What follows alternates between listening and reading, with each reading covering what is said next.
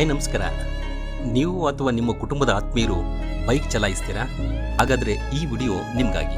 ವಿಶ್ವ ಆರೋಗ್ಯ ಸಂಸ್ಥೆ ಪ್ರಕಾರ ಫುಲ್ ಹೆಲ್ಮೆಟ್ಗಳನ್ನು ಧರಿಸೋದ್ರಿಂದ 64% ತೀವ್ರ ಗಾಯಗಳಿಂದ ಉಂಟಾಗುವಂಥ ಮರಣಗಳನ್ನು ತಪ್ಪಿಸಬಹುದಂತೆ.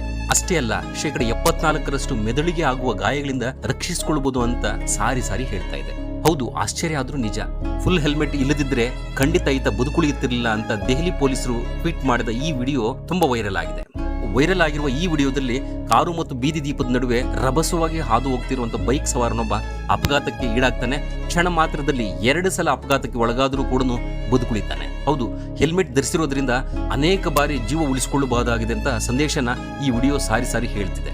15 ಸೆಕೆಂಡ್ಗಳ ಈ ವಿಡಿಯೋದಲ್ಲಿ ಕಾರಿನಿಂದ ತಪ್ಪಿಸಿಕೊಂಡು ಹೋದ ಬೈಕ್ ಸವಾರ ಮೊದಲು ಡಿವೈಡರ್ಗೆ ಅಪ್ಪಳಿಸ್ತಾನೆ. ಆ ನಂತರ ಎದ್ದೇಳುತ್ತಿದ್ದಂತೆ ಬೀದಿ ದೀಪ ನೇರವಾಗಿ ಅವನ ತಲೆಗೆ ಅಪ್ಪಳಿಸುತ್ತೆ. ಹೀಗೆ ಕ್ಷಣಾರ್ಧದಲ್ಲಿ ತಲೆಗೆ ಬಲವಾಗಿ 2 ಹೊಡೆತಗಳು ಬಿದ್ದರೂ ಕೂಡ ಆತ ಬದುಕುಳಿದಿದ್ದಾನೆ ಅಂದ್ರೆ ಅದು ಆತನು ಧರಿಸಿದಂತ ಫುಲ್ ಹೆಲ್ಮೆಟ್ ನಿಂದಾಗಿ. ನೆನಪಿರ್ಲಿ, ನಿಮ್ಮೆಲ್ಲರ ಪ್ರಾಣ ಅಮೂಲ್ಯ.